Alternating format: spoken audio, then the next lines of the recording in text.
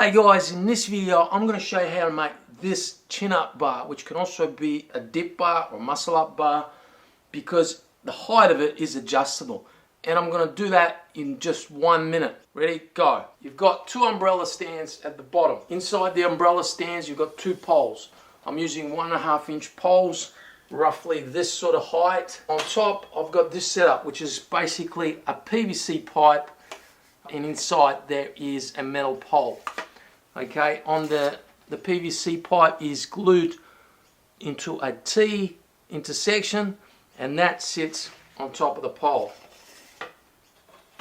Now, to hold the bar in place and be able to adjust the height, I'm using ordinary hose clamps, same diameter as the metal pole.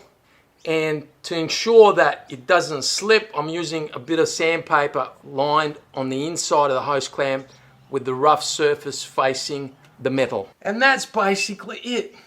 And that's 1 minute. I'll put the costs in the description. Make sure to subscribe, because I've got heaps more DIY projects coming up. I'll see you next week.